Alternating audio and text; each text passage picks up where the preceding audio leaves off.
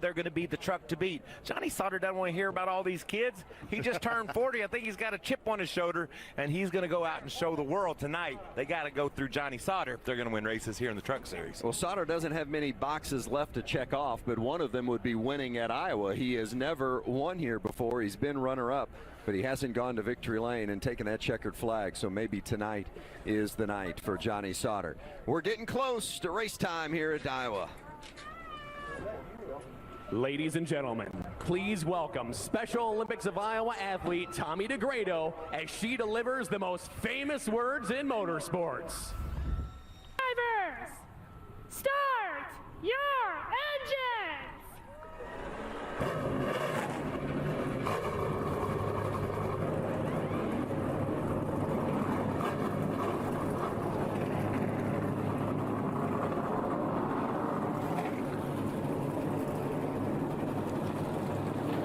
We've had 5 different winners in 8 races this season. Is it going to be somebody new this week? We're about to find out from Iowa. How do you win at Iowa? They're 3-1, they bump as they go down the back straight. Oh, trouble. Oh, and around goes the 30. Heavy damage on the front end. Yeah, he's going to point at somebody. Tonight he has done it.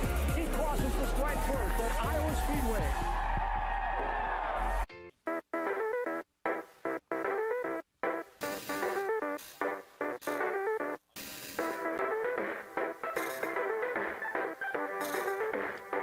Johnny Sauter. Iowa Speedway. What's better than short track racing On a beautiful summer night. Oh! Man, crashing hard into the outside wall. That's going to bring out the caution. 3 wide for the top spot. Through turns 1 and 2, and Nemechek busts out in front. Nemechek grabs the lead. Tonight he has done it. John Hunter Nemechek wins at Iowa.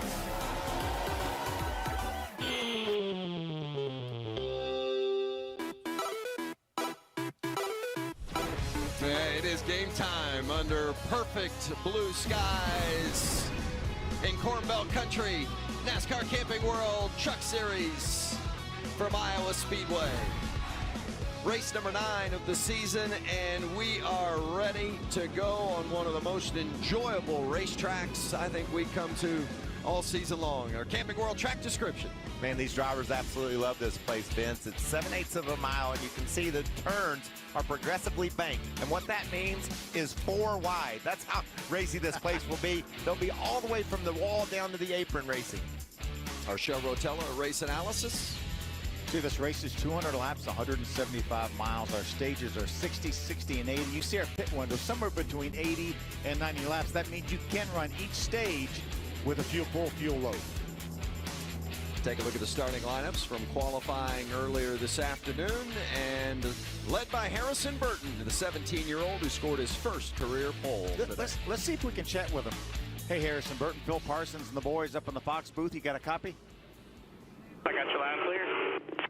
Harrison, great job on qualifying, first career pole. You know this racetrack has a tendency to let young guys get to victory lane. Can it be tonight for you? Well, I think so. You know, I've got a lot of confidence in myself and my race team, and I'm really proud of our efforts so far. So we'll see what we got for them here this weekend, and hopefully we can come out of here with my first win. All right, buddy. Good luck. All right, boys. Going to be fun to watch tonight. The youngster will lead the way. Take a look at our onboards. Yeah, Ben Rhodes is going to ride in our Ford onboard. That's the Alpha Energy Solutions Ford. Starting in the 11th position, we're going to have a great view. There's a good look at Ben, and we're going to have a view from the bumper cam on this 41 truck for Ben Rhodes. Well, I hope he keeps it on there the whole night. How long you think that'll last? Check out Stuart Friesen. He's going to row from position number 5, and you can see on the helmet there, he's got a camera on his head. We're going to get some great shots from this 52 truck. Stuart Friesen from Canada. Race number 9 of the season, and it's the second time we've been to a short track. We had a short track race at Martinsville earlier this season. John Hunter Nemechek won that one, and Nemechek is the defending race winner here at Iowa, and he will roll off from the outside of row number 4 in that 8 machine. These starts, the start and the restarts that will follow are going to be wild. We talked about 3 and 4 wide. Just hang on. Harrison Burton, the pole winner on the outside, and we're green at Iowa. Look at him fan out already.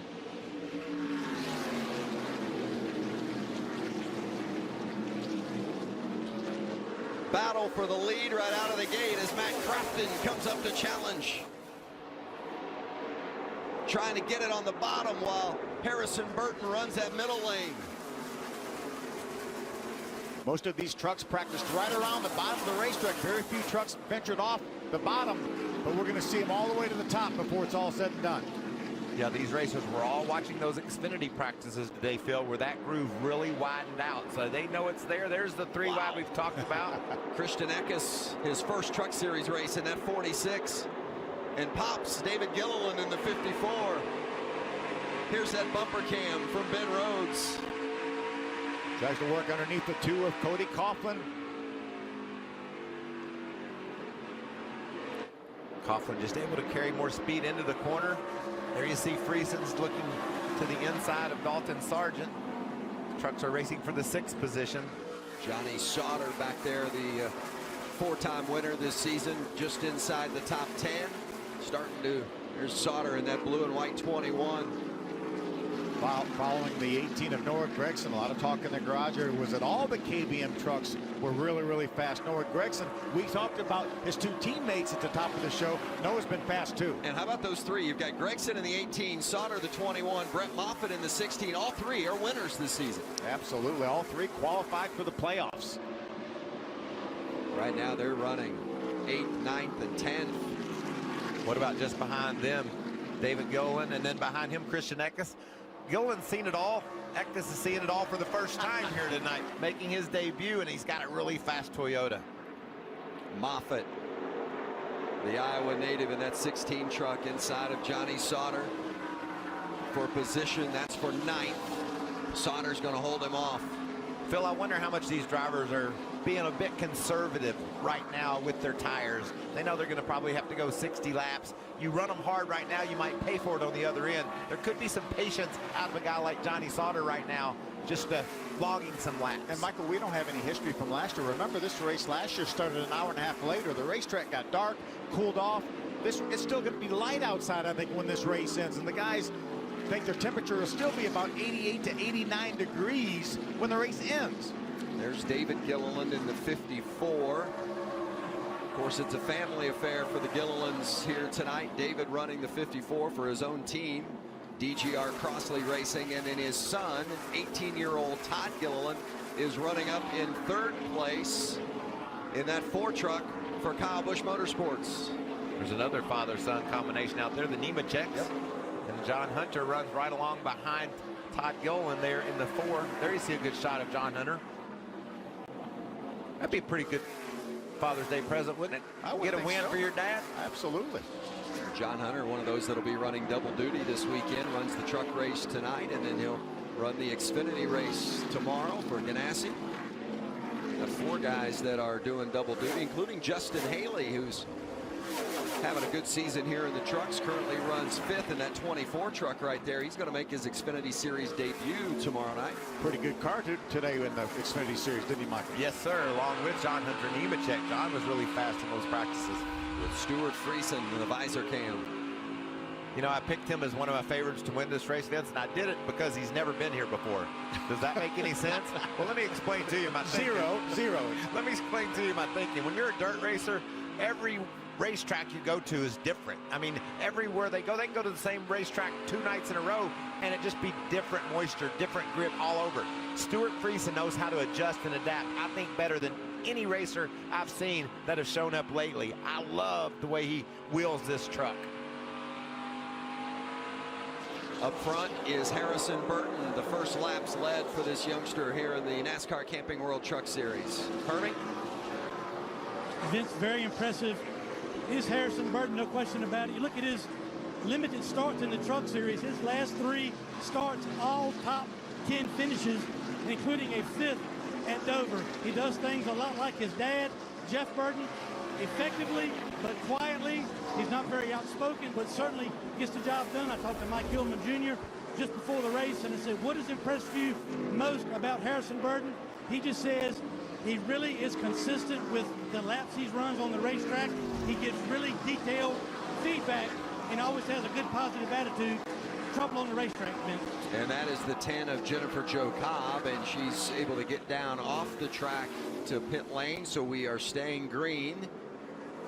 See a flat tire there on the right front for Jen Jo. Good job getting down. We saw her get way up out of the groove, and that tire went down, was able to keep it off the wall, did a good job of staying out of the way of the oncoming traffic and being able to get that down onto pit road.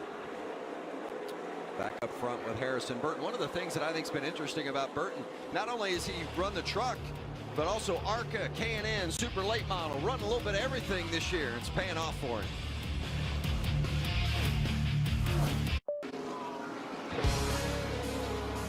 Harrison Burton continues to run out front. NASCAR Camping World Truck Series from Iowa Speedway, Newton, Iowa, about 30 miles east of the state capital, Des Moines. And it's been a good start to the race for Matt Crafton, too, looking very sporty. Caitlin? Yeah, he certainly has been. I mean, he's still looking for his first win of the year, but he's getting some positive reinforcement right now from his spotter saying, your exits look awesome, you're running a good pace. But Matt Crafton was saying the only feedback to the team is still a little bit free on the right rear. But talking with Matt earlier today, he feels like this team is starting to progress in the right direction, and he feels confident that win, that first win of 2018, it's coming. One win in his last 48 starts. That's not enough when you're Matt Crafton and Junior Joyner. They are way more competitive than that in their minds. Yeah, I was talking to Junior after practice, and he said, we came with a little bit different setup, a little departure from what we normally run. And he said, if we saw enough positive things about it, we're going to pursue this. He said, we really think we have a pretty good truck. And by George, he sure does through 20 laps anyway. Yeah, I think this has been maybe the most solid day of recent history for this team. They just struggled during practice even, it seems like lately, and Matt's liking the way the truck's feeling here. I like the direction Junior and the team have gone with the setup, so see if Matt can keep it up. Just keep up with the track. It's going to go through a bit of a transition as it starts to cool off this evening, so it'll be interesting to see which one of these driver crew chief combinations are able to stay up with the racetrack. It's been a nice little battle between these two, Justin Haley in the 24 and Stuart Friesen in the 52. Good look from Friesen's visor cam at the back end of Haley's truck. They have been going at it for several laps. I think since the drop of the green flag, it seems like. This is for fifth. I just can't get over how quickly Stuart Friesen has adapted. You know, he's only been doing this now, you know, on a full-time basis for about a year and a half, just a handful of races prior to that. And man, he adapted. His only experience was on dirt as he makes his way. Ooh, somebody in the outside wall. Caution is out, and that's that the is four. The Todd Gilliland. I think maybe a right front tire went down on that truck, Mike, or did he get loose? And it looks like it possibly hit with the right rear first. Maybe, Phil. I don't know. We'll have to get a replay. It looked like he just maybe got loose. A big blow to Gilliland, and this is a team that technically they can make the playoffs on points, but there's so many points behind. They've really got to win to get in, and it's going to be another opportunity lost today. It looked like the right side tires were up on that truck, didn't it, Michael? Yeah, the way that back end has been up, I thought maybe it went into the outside wall with the right rear first, perhaps just got up there a little bit too high and got loose, but there just wasn't any proof of it there. What's he saying, Hermie? You got any idea? Michael, he was saying he was wrecking loose from the drop of the green flag, so he's been fighting a loose condition, certainly moving around on the racetrack, trying to find a line to run to maintain some roll speed with this Ford truck, but he's been loose since they very started, and obviously got into the wall and compounded their issue. You know, he is running in the third spot right behind Matt Crafton, as we were talking about Matt, just within a few truck lengths. At least it's still rolling, but a lot of damage to the four of Todd Gilliland.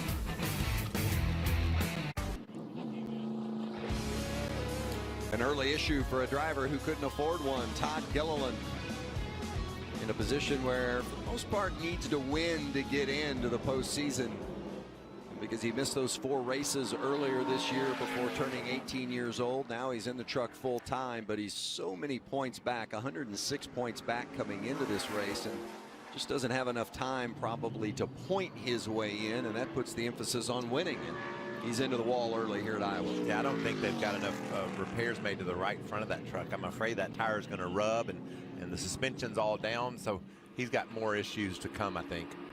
Also, the 41 of Ben Rhodes came to pit road. Hermie? Vince, exactly the opposite handling characteristics that we just spoke of with Todd Gilliland. The 41 truck, very tight, will not turn, especially as he moves up the racetrack. They came down pit road, took some wedge out of this truck. It was fuel only and a chassis adjustment for the 41.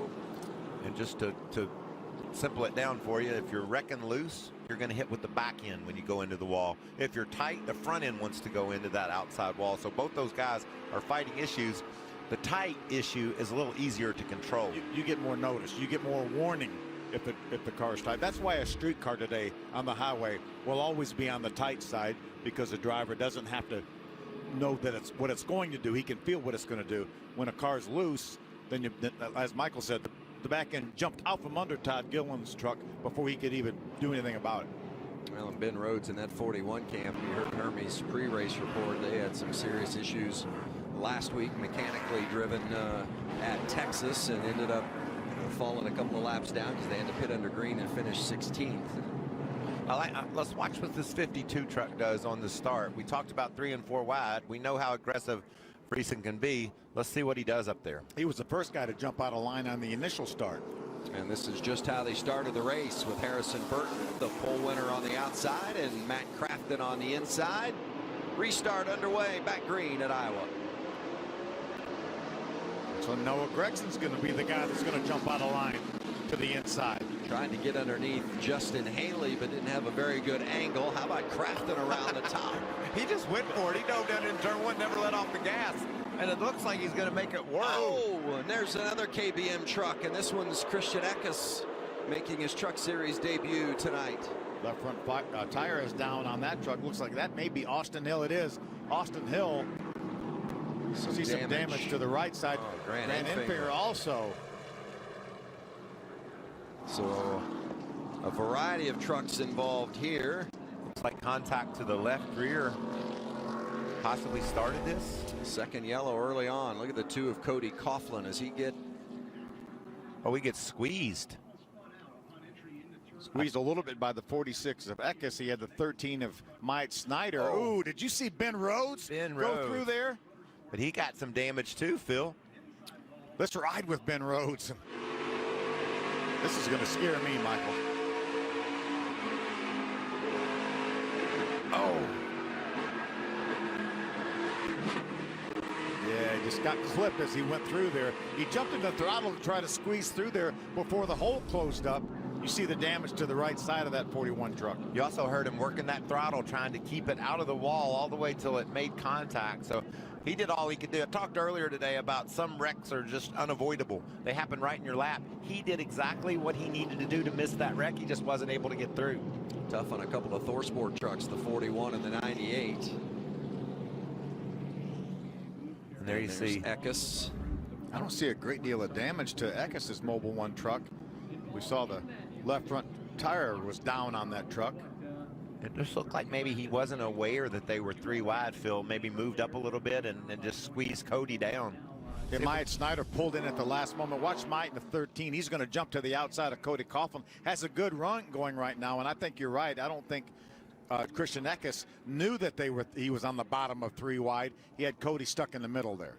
Look at the 97 of Jesse Little. He was able just to thread his way through there sideways, but he made it through. That was another example of just awesome driving. That could have been 10 trucks instead of 3. Oh, yeah. Oh. Yeah, Rhodes got clipped, and then he himself clipped the wall. I with think that he made contact rear with Austin Hill in the 0-2. I think Enfinger has come in to have his damage addressed. I don't think Rhodes' damage is too bad. We saw Enfinger get clipped there when they were slowing down. I think they'll be able to make repairs to this 98 truck without without hurting it too much. Enfinger ran 4th last week at Texas, and we talked about in the open, he is a driver that they believe they are right there. They are one small step away from winning. Tell you what, Phil, when I know all the craftsmanship and the handwork that goes into building one of these trucks to win a race, and I see a guy taking a hammer to it, it just breaks my heart. Just slapping a big piece of tape on it. The biggest hammer they can find, they beat it out with. But I think you're right. I think the repairs on Grant's truck are going to enable him to still be competitive. I'm a little bit concerned about that right front on Rhodes's truck where he got into the outside wall, might have knocked his front toe off. Well, it's been exciting. Don't go anywhere. More of this to come, that's for sure. Trucks at Iowa. Hey, everybody needs a snack. There's a lot of corn around there. Keep your belly full. That bunny likes corn. Oh, don't want him out in the cornfield. That's not good. It won't be a good ending for Mr. Bunny. Got a ringside seat for the truck action, and there has been plenty of it early on. Had a caution for Todd Gilliland getting up and getting into the wall, and then Christian Eckes, Ben Rhodes, Grant Enfinger all taking on contact. Wonder if Harrison Burton learned anything from Matt Crafton's restart. Matt Crafton just drove all the way down in the center. Reminded me of Carl Edwards in Kansas, that pass he tried to make late in the race. That one didn't work, though. This one worked for Matt. It was impressive. So this restart, it'll be Crafton as your lead vehicle, and that's Matt in that bright neon 88. Still stage 1, and we are racing in Iowa. 23 to go in the first stage. John Hunter Nemechek jumping out to second. Hey, Matt got such a good restart. He was able to pull the 8 of John Hunter Nemechek along with him. Noah Gregson in that 18. Look at Friesen. Coming Looks around to the outside. Stuart Friesen in the 52, 3 wide, and going to make it work. We saw the outside groove come in last year late in the race. Chase Briscoe jumped up top and drove to the lead. I don't think we're going to catch anybody by surprise this time. Oh, it's close. The bumper cam of Ben Rhodes. How about that look? Wow. There's Grant Enfinger out there in the 98. Believe it or not, every one of those trucks that was involved in an incident all stayed on the lead lap. And they've also gotten off the crash clock and they're able to continue. There's a battle for the lead. John Hunter challenging Matt Crafton. We've got 2 former winners here at Iowa in the field, and it's those 2 guys right there. John Hunter Nemechek won last year. Matt Crafton won in 2011, and they are doing battle for the lead here at stage 1. 8s are wild. Stuart Friesen right behind these 2. Crafton able to fight off that attempt from Nemechek. Stewart says, y'all keep that up, I'll be right there. Looks like maybe Friesen's a little bit faster than Matt Crafton, and John Hunter is able to close right up. Decides to take it low into the turn. That's one of the things everybody likes about Iowa, and the fact that you can roll. The fact you can run just about anywhere on this track, and gives you lots of options. Got a little bit of loose there off of 2. Harrison Burton coming up to get into the mix now, has taken over 3rd place from Friesen after Friesen had to catch it. What a great battle for the lead here between Nemechek and Crafton. Johnny Sauter lurking inside the top 5 now. You see him there. Side by side, Crafton and Nemechek. Neither one will give an inch. Throw a blanket over the top 5. Sauter and Friesen in that mix as well, with Harrison Burton in 3rd, John Hunter Nemechek 2nd, and they're chasing the neon yellow 88 of Matt Crafton. Comes Friesen again, jumps underneath, gets all the way up beside of Nemechek, and then his momentum stalls out. Harrison Burton, the pole winner in that 51 truck, and Stuart Friesen, last week's runner-up at Texas, battling for 3rd. Really hard to keep your momentum up off the corner when you're stuck down on the bottom like that. The truck just wants to get loose as you pin it over to the left, and Matt Crafton is doing a perfect job of holding the line that is making it very difficult for the competitors to make that move.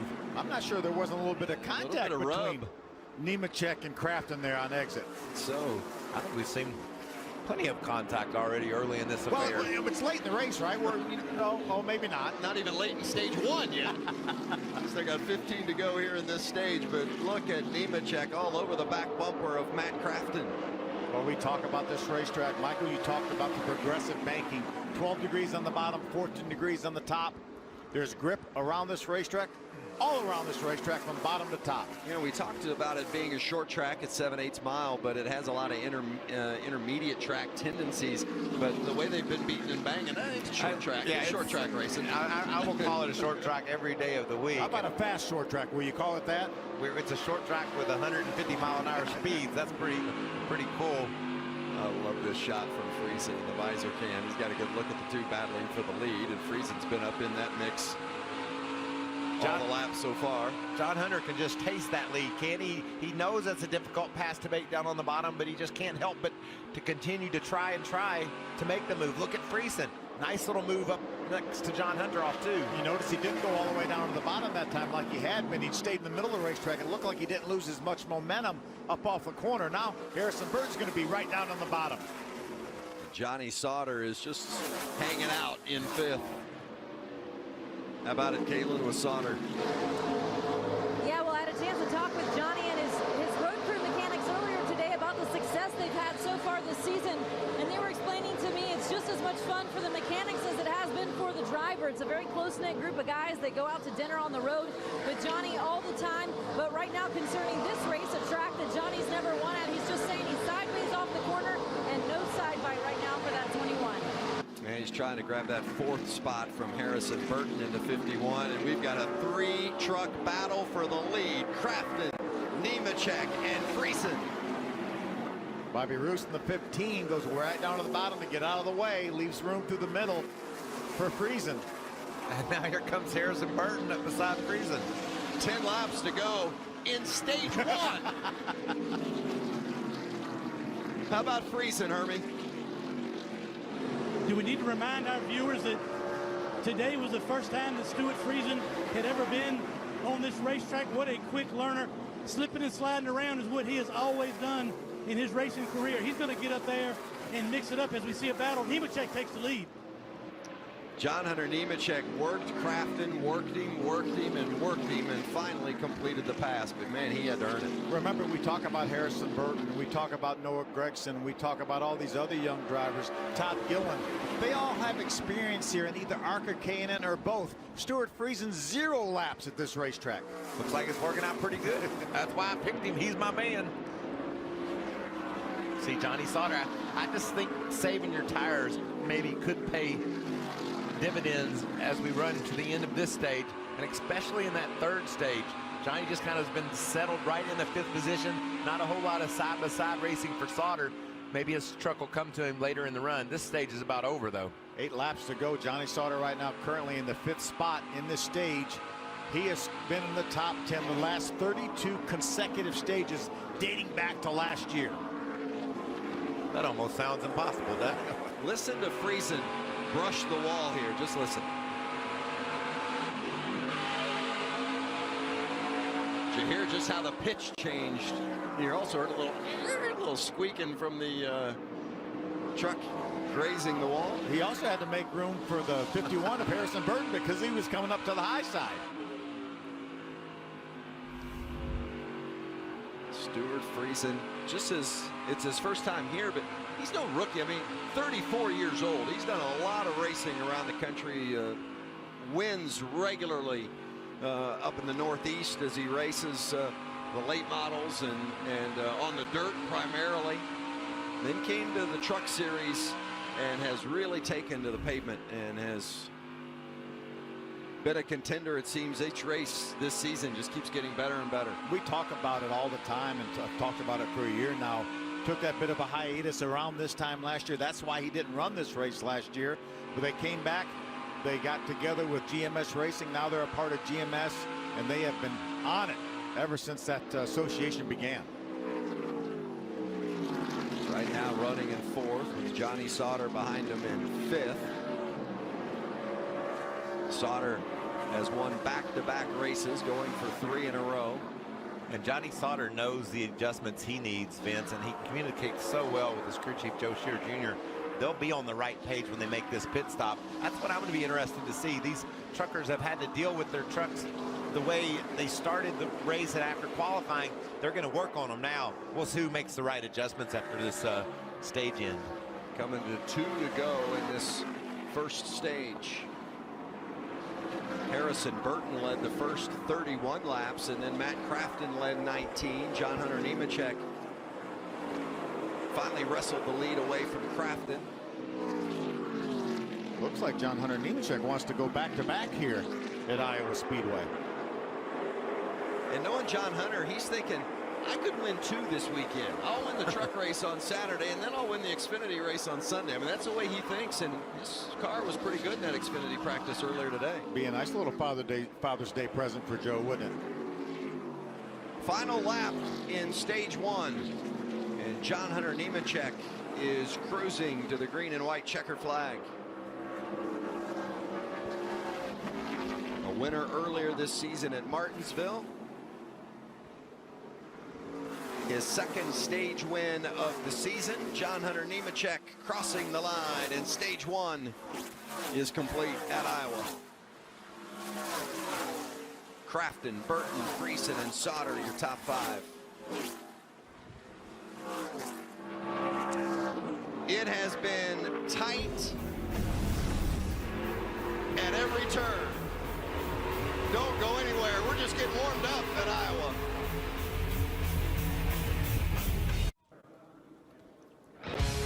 John Hunter Nemechek wins stage 1 here at Iowa. Harrison Burton, the third place truck, had a problem. Hermie, what's going on? The throttle quit working inside the truck. They came down pit road and went under the hood briefly, but he said he lost all the throttle with the truck. Then the truck cut off. He could not get it back going again, but he did come back down pit road. They think they've got it corrected, and they've discussed how he can prevent that problem from happening again. The downside of it is he lost all of his track position. Well, he's going to have to start at the back because he came into the pits while the pits were closed, so he'll be penalized for that. John Hunter Nemechek leading them down pit road. Matt Crafton diving off. Caitlin's there. Yeah, Vince, Matt Crafton telling the team still just a little bit 3 off, so I just asked crew chief Junior Joyner. He said we're going to make an air pressure adjustment. Also, 4 tires, give them a water as well. It's 90 degrees right now in Newton, Iowa. Hermie. Caitlin, John Hunter Nemechek will make a small air pressure adjustment, not because a little bit of wedge as well. The truck, they're adjusting to the tires. This set of tires has a little more wedge in them than the tires they're taking off, so they're making an adjustment for that. The 52 of Stuart Friesen, his truck was a little bit free on entry at the end of that run. He's down and away. He will, looks like he'll beat the 18 off pit road, but 88 Crafton down first. So Matt Crafton, who has led 19 laps, gets off pit road first, and we're going to talk to him. Hey, Crafton, it's Michael Waltrip, Vince, and Phil and the guys in the Fox booth. Do you copy? Yes, sir. Got loud and clear. Well, that was a nice little start to this event for you. Good pit stop. Have you got the adjustments you need to think to win this race? Oh, absolutely. I'm having a lot of fun here today. Been able to move around. This asphalt's wore out and get this slipping and sliding. Actually, use 2 feet today instead of some of the places we go to only use 1 of them. So, have a good time. Well, I'm telling you, it's fun to watch. Keep it up. Good luck. Sure. There have been some struggles for the 88 team this season, but tonight doesn't seem to be one of them. Good start for Crafton.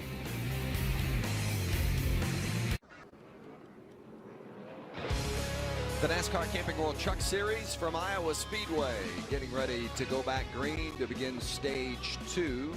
Christian Eckes in that 46 truck was involved in an incident earlier in stage 1, and when he came to pit road to get a little repair, he put some fresh tires on as well, so he stayed out, did not come to pit road during that series of stops. So Eckes will be in the lead, but he'll have tires that are about 30 laps older than those around him. He So should it'll be pretty interesting to vulnerable see, right yes. now, I would think. And we know Matt Crafton's playing on this restart. Just don't let off when he gets to turn 1 again. Stage 2 underway at Iowa. John Hunter in that black truck, third one on the outside. We know how hard he worked to get that lead earlier. He said, guys, I'm going to have to do all that again. Wow, Noah Gregson shot out of a cannon around the top for the lead. John Hunter Nemechek's going to follow the 18 of Gregson around the outside. And that's Stuart Friesen behind Nemechek in third. Crafton got hung up there behind the slower 46 of Eckes and lost several positions. And now Crafton's got to fight his way through, currently riding fifth. Now for Eckes, it's just a matter of just knowing what you have, knowing that you have older tires. Try not to get run into by faster trucks. Stay on the lead lap. They only had 4 sets. You get the set they started with and 3 sets on the ground. So it's not like you can just keep coming, get tires at every whim. And I love that, Vince. You gotta use some strategy. You gotta be conservative. You need to be able to be different too at times from the other crew chiefs, just in case someone has a dominant truck and you can figure out a way to get track position on pit road. Friesen looking back at Johnny Sauter. Friesen running third. Sauter fourth. Matt Crafton just behind them in fifth. We thought Matt Crafton was going to be in the driver's seat on that restart, starting around on the inside of the 46, but the 46 drove down in turn 1 and kept him at bay. Gregson jumped on the outside. Is that an indicator of how strong that outside lane is on a restart, even with the older tires like Eckes had? I just think you want to be up there. We've talked about how hard it is to get to the bottom and make those passes. It hasn't stopped Stuart Friesen from trying, though. I'm going to tell you that. He's been biting down on the bottom, and looks like he's got a nice run on Nemechek off the turn. Remember how good Nemechek's truck was at the end of stage number 1.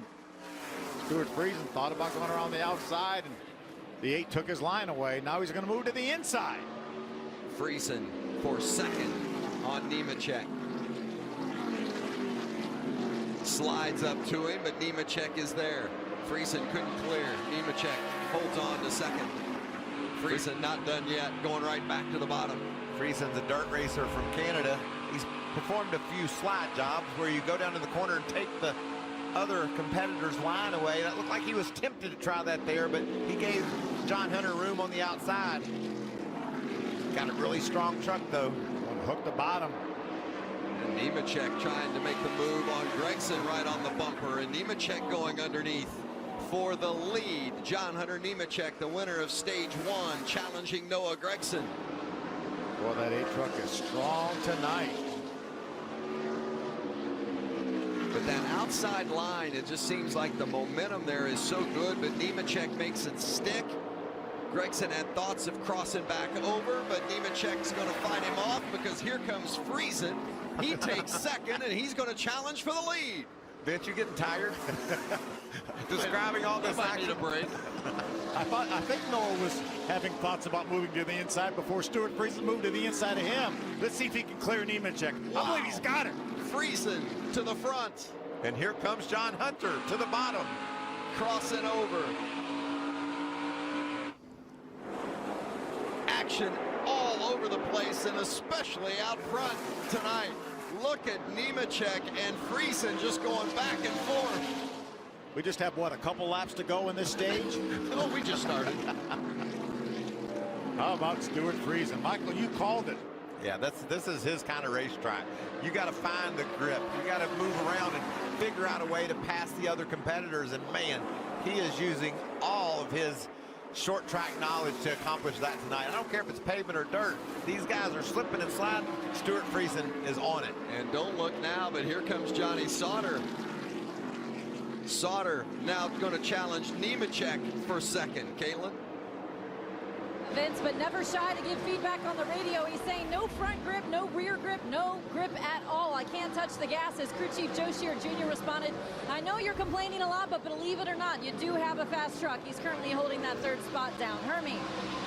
Well, Caitlin, the 18 of Noah Gregson was recently running up front for the lead, but that was due to some good pit work by Rudy Fugel and crew. At the beginning of the race, he qualified third, but it dropped back just inside the top 10, this truck will not turn. It will not rotate through the center. So they got in some good pit work, got him out front, but now same issue again. They got some more work to do to Noah Gregson to give him a shot to win. I'll tell you one truck they've tuned up though, Hermie, and that's the 21 of Johnny Sauter. He's able to run really low on the racetrack, not slip or slide one tire. It just comes up straight off the turn, and he's all over John Hunter right now. And remember, that truck doesn't handle very well. That's not handle. That's what he just told Joe Shear no Jr. front grip, no rear grip, or no grip overall. If he ends up getting some grip, the rest of them are in big trouble.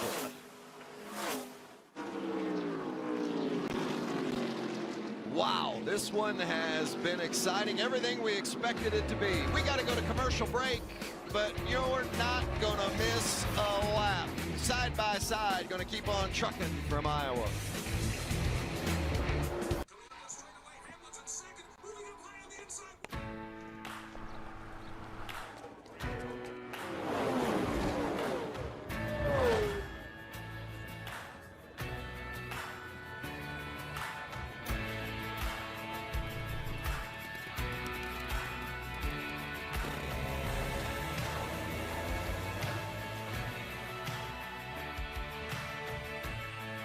Toyota, let's go places. He's got it righted. Pass by the 18. Contact. Oh, into the wall hard, and they pile up behind him. Here they go.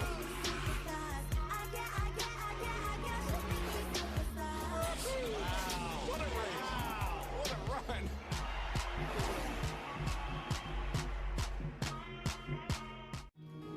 As people who love the outdoors, we know what we stand for. We stand for fish, wildlife, and conserving the places they call home. We stand for the traditions we inherited and that we must pass on. We stand for great gear, fair prices, expert service, and memorable experiences. At Bass Pro Shops and Cabela's, we stand together for you. Nothing gets a family's full attention like my freshly prepared chicken. The delicious KFC $20 fill-up with 8 pieces of extra crispy chicken and sides will surely get your kids off their phones. And they may even look at you, their loving parent. KFC, it's finger-licking good. All week we work, and when Friday comes, we all get to raise a little hell.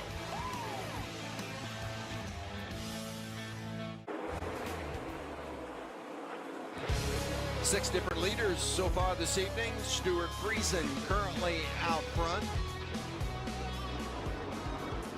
Here in stage 2 from Iowa, Harrison Burton has led the most laps tonight. He's been out front for 31, but Burton had some issues, which his throttle stuck right at the end of stage 1. He ended up having to come to pit road while the pits were closed. He suffered a penalty, had to go to the back, but he is starting to work his way back through the pack, Hermie. I want to clarify the issue on the 51, Vince. They actually, when he came across the line to finish the first stage, they asked him to cut the engine off to save fuel. He did that, but could not get the engine back fired off again. So crew chief Mike Hillman Jr. took some responsibility because they had not fully told him exactly what he needed to do with the throttle to get that engine back fired again. So they learned together. They went to the back of the pack. He's just about back inside the top 10 right now. His truck, however, a little bit tight on exit. Well, that's just one of the areas of inexperience. I mean, he ran a few races last year. He's run a couple of races this season. Harrison Burton just doesn't have that experience and that knowledge just yet. And this could help him win the race tonight, Phil. Got buried back in traffic, learning how to make moves, working his way through traffic. He gets up toward the front. He'll have that knowledge, that experience of what it took to make those moves. And maybe the problem they had there at the end of that stage could be a key to them getting a win. Remember, they had to restart at the end of the stage from the tail end. So he's made his way now all the way up to the top 10 as he gets by Jesse Little. So we know he has a good truck. And if he can just steadily move his way up a little bit closer to the front when we get to the end of stage number 2, a good pit stop by Mike Hillman's guys, and he's back in contention. Well, and remember, Burton was the pole winner, so we know he's got raw speed as well. Go back up toward the front. That's Noah Gregson and Matt Crafton. Crafton 5th in that 88. Gregson the 18 and 4th. You heard Crafton say he's using both feet in there. That means he's all over that brake pedal and the gas and working that gas up and down, trying to get that grip, slipping and sliding. Drivers love that challenge. And this is his kind of track, isn't it? I mean, when you're using both feet like that, you got to use the gas, the brake. I mean, that's the way he likes it. Yeah, he's going to make this pass right there. The line that Matt Crafton ran that last corner is the line that most of our good trucks are running right now up in that third lane. There's probably some grip up there a little higher than that. Nobody's ventured up there yet. We saw it work last year for sure. The very top of the racetrack. Nobody feels like they've needed it yet, but there may be more grip up there yet. Crafton makes the pass for 4th on Noah Gregson. And just like in a football game or basketball game, these teams watch game film. They watch the race from last year, see where those moves were being made, how Chase Briscoe got in a position to win, and then how ultimately John Hunter did get the victory. They got all that in their playbook, and they just determine when they want to use those plays. The leader, Stuart Friesen, looking back at the challenger, John Hunter Nemechek. I think Friesen can afford to be patient here. He doesn't need to ride it right out next to the wall. He just runs that high lane and says, John Hunter, if you can get it done down on the bottom, let's see it. 25 laps to go here in stage 2. And on a 7/8 mile track, those laps click off pretty quickly. They sure do. These trucks are cranking it up over 150 miles an hour. 3 wide, by the way. And Chavis, Corey Roper in the 04, Wendell Chavis in the 49, and somehow Stuart Friesen squeezed by the two of them on the outside. Yeah, I think Corey realized that they were up there, and he gave them room. Actually backed off to pull in behind Wendell Chavis to give the two leaders room. As a lapper, when you have all that action go on all around you, when you're just trying to stay out of the way, that'll get your attention. Wendell had a solid run at Texas, but the truck just isn't as good this week for some reason. And remember, he's doing all he can do to run the speed he's running right now. It's not like he can all of a sudden just decide to stop and turn left. He's doing all he can do. Great battle here, though, led by Cody Coughlin in the 2. That's the battle for the 8th spot. Harrison Burton continues from the 10th position, as we said. Had that problem, had to come to pit road, working his way back up through the field, and he is now getting around Justin Haley for 9th. Trying to get around Justin Haley for 9th. I think this 51 truck could have something to say about who wins this race before it's all said and done. Nice moves in traffic, really fast Toyota. A set of sights on Cody Coughlin now for the next position. Meanwhile, John Hunter Nemechek continues to challenge Stuart Friesen, and that's Tanner Thorson, the lap truck in the 20. Like Nemechek tried to force Friesen into being blocked by Thorson, but Friesen was able to maneuver his way through. I think John Hunter or his spotter realized that there may be an issue with the 52 truck getting blocked by Tanner Thorson, and said, well, let me push the issue just a little bit. Let me push the envelope. But Stuart was able to make his way by Thorson. Thorson in that 20, the 2016 USAC National Midget Series champion, making his 2nd start here in the Truck Series. And he was racing to stay on the lead lap, so Thorson was doing everything he could. He fell a lap off the pace. You can see Cody Coughlin there in the 2 truck. Talked to his crew chief Jerry Baxter today. He said, I think we got a really good truck. We make the right adjustments for tonight's race, and we could be talking contending for a win. That just tells you how strong the 51 is right now, being able to pull around him. Myatt Snyder, they're running in the 7th spot in the 13 truck. But they're all chasing that man, Stuart Friesen, out front at Iowa.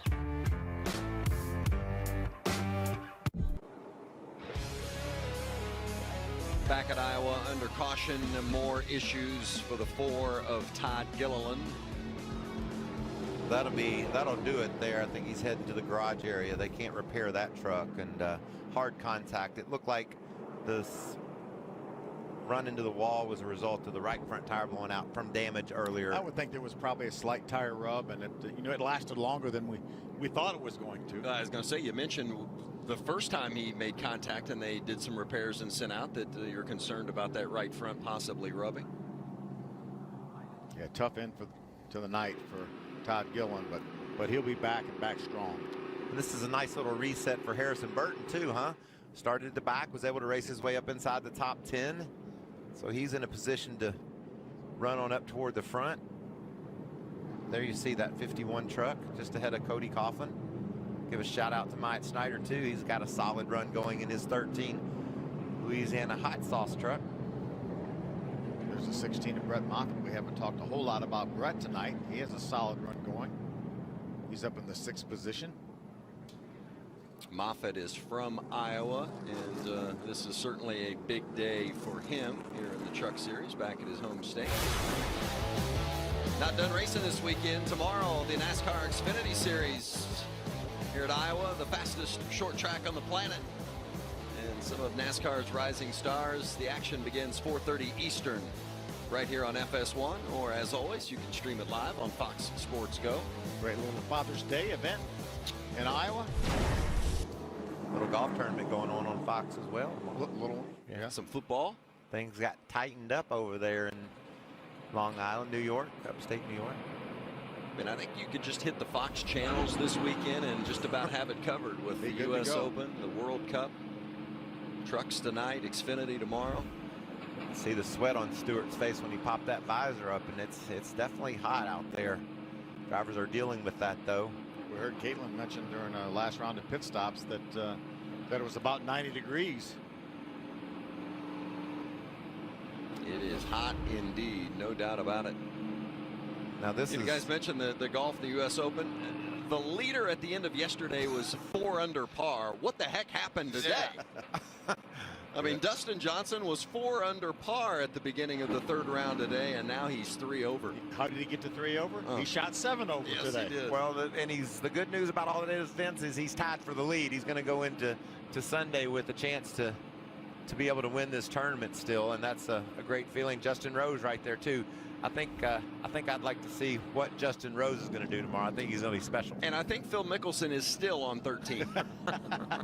Hermie. Vince, you guys mentioned a rebound for the 51 of Harrison Burton. How about Brett Moffitt back up to 6th position? Last time he came down pit road, he had a lug nut that got hung on the right front of this truck, went all the way, lost all that track position, and just in the last short green flag run, he came from 14th all the way back up to 6th.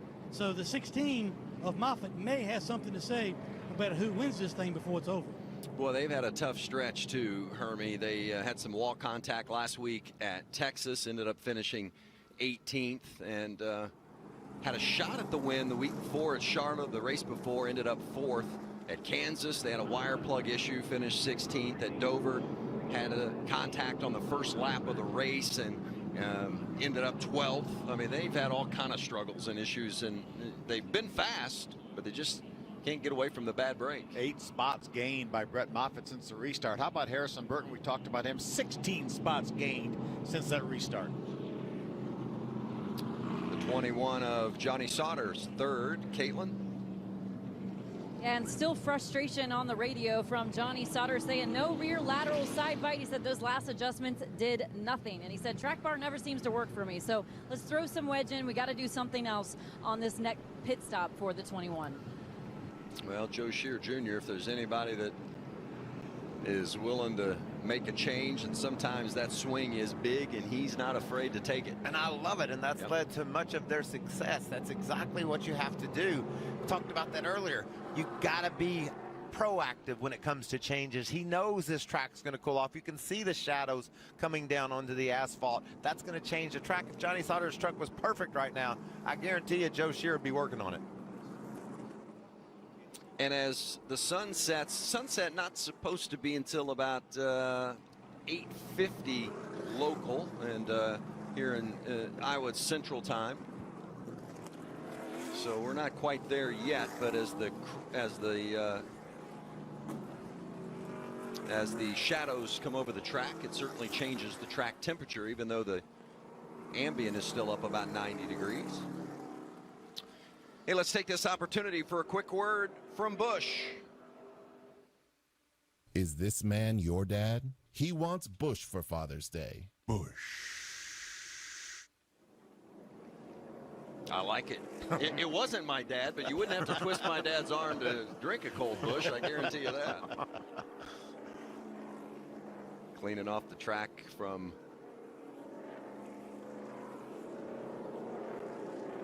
the accident involving Todd Gilliland. Laps are winding down now. Yeah, second stage. We saw fire from underneath Gilliland's truck. That must have been a little oil that had leaked out, and so the NASCAR officials had to clean it up. Some decisions being made here. Matt Crafton, Noah Gragson coming to pit road. Caitlin.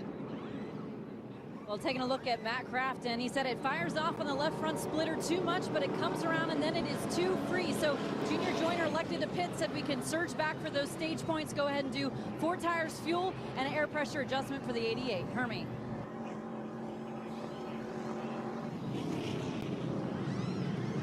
The 18 of Noah Gragson, they've been fighting a tight condition on the truck. You still see them making wedge adjustments. Took some wedge out of that 18, not where they need to be. Good opportunity for them to come in, put 4 tires on it, make that adjustment, get the 18 a little bit more competitive towards the end of this show. That's a game changer, Phil. This strategy's all over the board. It's going to be fun to see how it plays out. Going to be the final laps of stage 2.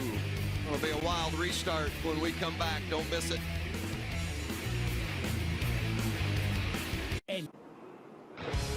A lengthy cleanup after the 4 of Todd Gilliland put a bunch of fluid down on the track, and we're going to have a restart here, but with less than 10 to go in stage 2. But it's been a long time. Those top 7 stayed out. I think these guys with new tires, they're going to have 6 green flag laps, assuming the caution doesn't come back out. I think these guys are sitting ducks up there with old tires. How about you, Mike? I think you're going to see a nice charge from Gregson, Crafton, Brett Moffitt, and those guys that pitted. I think maybe Friesen and John Hunter can drive away far enough to where they can't get to them. Everybody else is going to be in trouble. We've got room to go 3 and 4 wide here. Now, they shouldn't be held up much by anybody. This is going to be fun for us to watch, and that's why we all love stage racing so much. Gives you a chance to mix things up. We talked about strategy and how important it would be trying to win this race. Well, it's something that these guys are going to learn about maybe for a late pit stop at a different part in the race. Remember last year it all came down to Johnny Sauter staying out during a late caution and John Hunter Nemechek coming to the pits and getting 4 fresh tires, and that was the difference as Nemechek charged back through to win. Friesen better scoot, that's all I'm going to tell you. When they get the green flag, there will be 6 to go, and the green is waving stage 2 late laps at Iowa.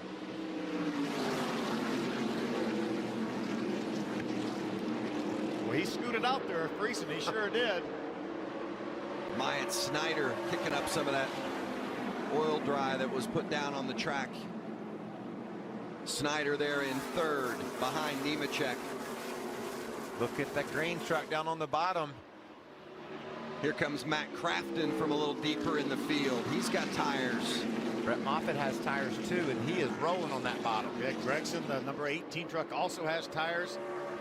4.5 laps to go to the end of the stage.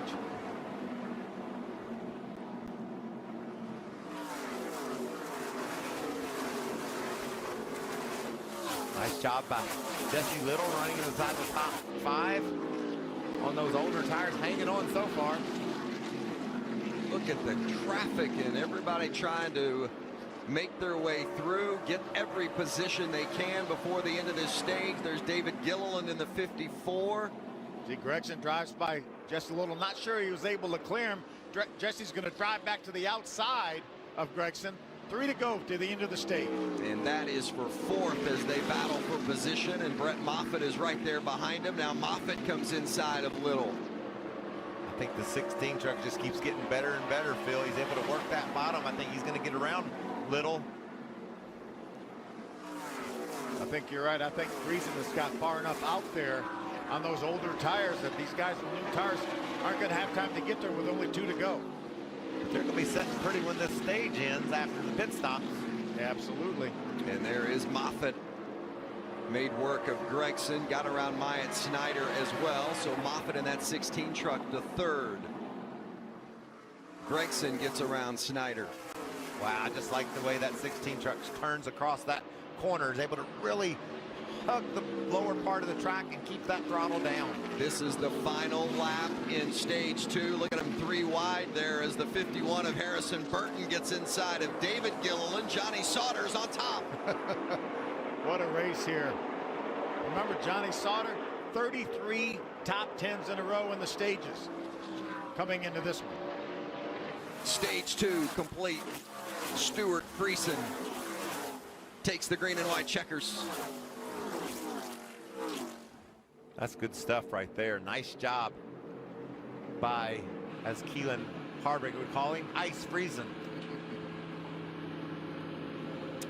Todd Gilliland has been checked and released from the care center. Let's hear from him. Yeah, Vince, certainly a bit of an up and down day for Todd Gilliland. Todd, what were you experiencing there in the truck? Walk me through the day for you.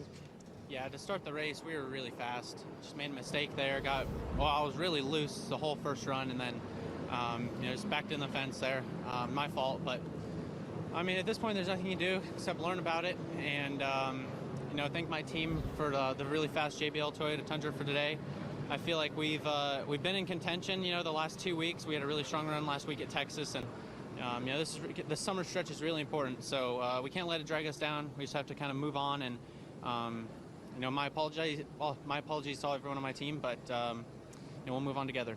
Thank you, Todd Gilliland. We'll move on to Gateway next week, guys. Stage 2 complete, and it has been a fun one tonight. Not going to be any different in the final stage. Coming your way next.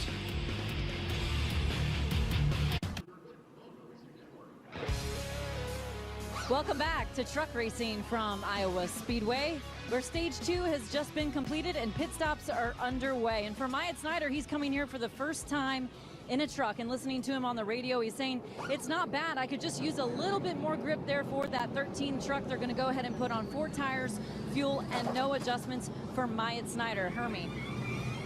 John Hunter Nemechek thinks he has the best truck on the long runs. Right now, he's a little bit free. They are hesitant to make any big adjustments because they think as the sun goes down, the track will tighten up, should help that truck. The 52 is Stuart Friesen, really likes his truck. He was loose earlier.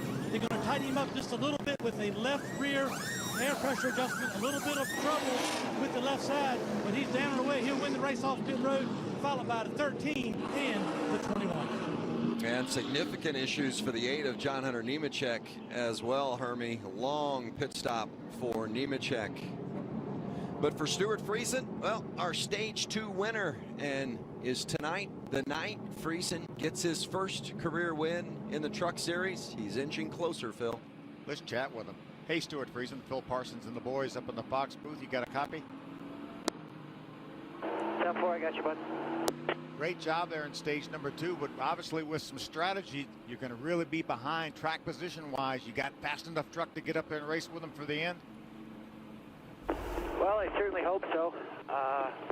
Had to go and get that stage point, so I'm only getting my tires right now. And the Helmar Chevrolet is bad to the bone right now, dude, so I'm going to try our best here to close this one out. Great job, buddy. Been fun to watch you tonight. 10-4. Thanks everybody for tuning in.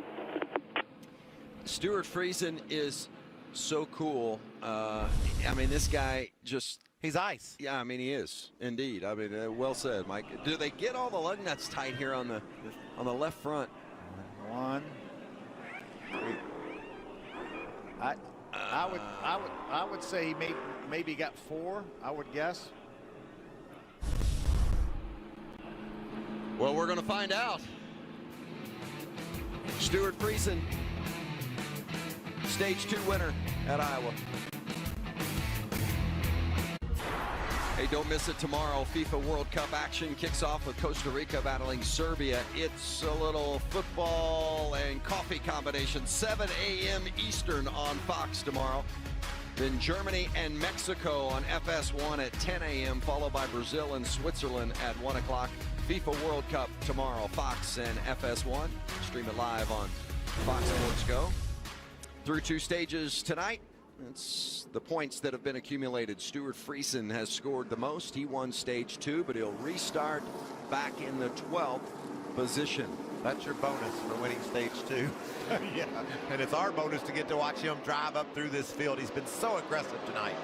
Final stage underway, and Brett Moffitt shoots to the front. The hometown guy, Brett Moffitt, from right here in the state of Iowa, and he would like nothing more than to put it in victory lane tonight in front of the hometown folks. How about the 54 truck of David Gillen now up to the second position? We knew there'd be a Gillen contending for the win tonight, didn't we? We just didn't know whether it'd be father or son, and David's proven that he's up to the task.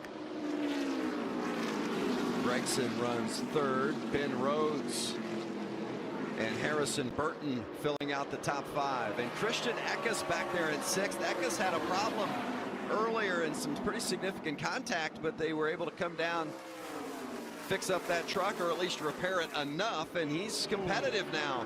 How about Friesen? Inside the top 10. I thought they were going to run out of room. Friesen and Matt Crafton. Well, we were a little concerned whether they got all those lugs on that left front or not. Hermie, any issues down there for the 52?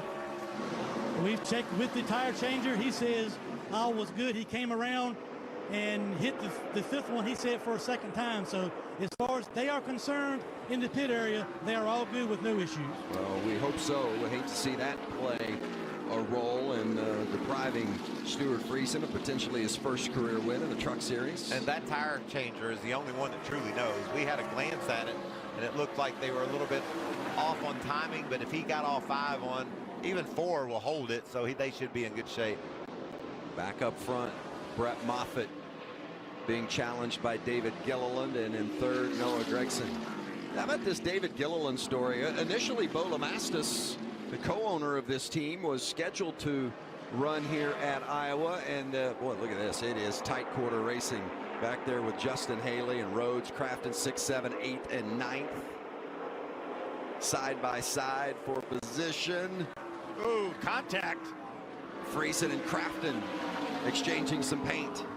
Oh, and it's given Crafton a tire rub. You can see the smoke coming off the 88 truck.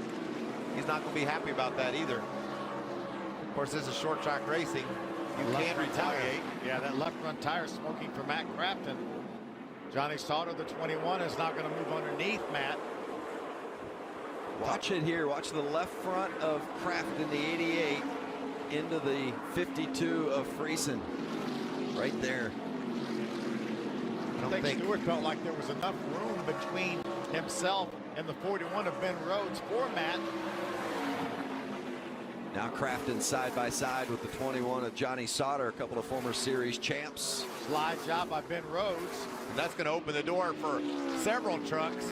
Rhodes cut Friesen off, and it lost all their momentum, and here comes the world. How about this? Oh! Big contact, Nemechek, Crafton, Rhodes, Friesen. Serious contenders for the win. And that changes everything. Wow. You said it, serious contenders for the win, Vince. One of those being Stuart Friesen in that 52. Look at all the damage to the left side of that Halmar truck. Wow, what a development here with 64 to go. Matt Crafton, former winner. John Hunter Nemechek, last year's winner. Nemechek goes straight to the garage with all the damage to that 8 truck. And that all started developing off turn 4. Ben Rhodes moved up the track. You can see right there, he got tangled up with Friesen. That opened the door for Crafton and Sauter. And here comes John Hunter Nemechek. Friesen dives to the middle. Looks like Matt maybe got a little bit tight, lost the front end a little bit. Oh, and Dalton Sargent too with some damage. Did Crafton's left front go down? It looked like, I mean, it seemed like he shot up the track. Remember, it was rubbing. I mean, look how far up the track I mean, I think he had a problem. I think he may have had that left front tire going down. I mean, look, I think he did, because. Well, we saw the rub, so that wouldn't be out of the question. And he definitely moved up and caught and started that crash with the move up the track. But as you mentioned, Michael, it started when Ben Rhodes did the slide job on Stuart Friesen and pulled up in front of him, but they lost all the momentum. And here all those guys are going by because of the lost momentum. Man, and when you're in that position, Phil, you know this. You have no idea your world's getting ready to come to an end. You're just focused out the front windshield, thinking you made a nice move, and watch what happens to Stuart Friesen.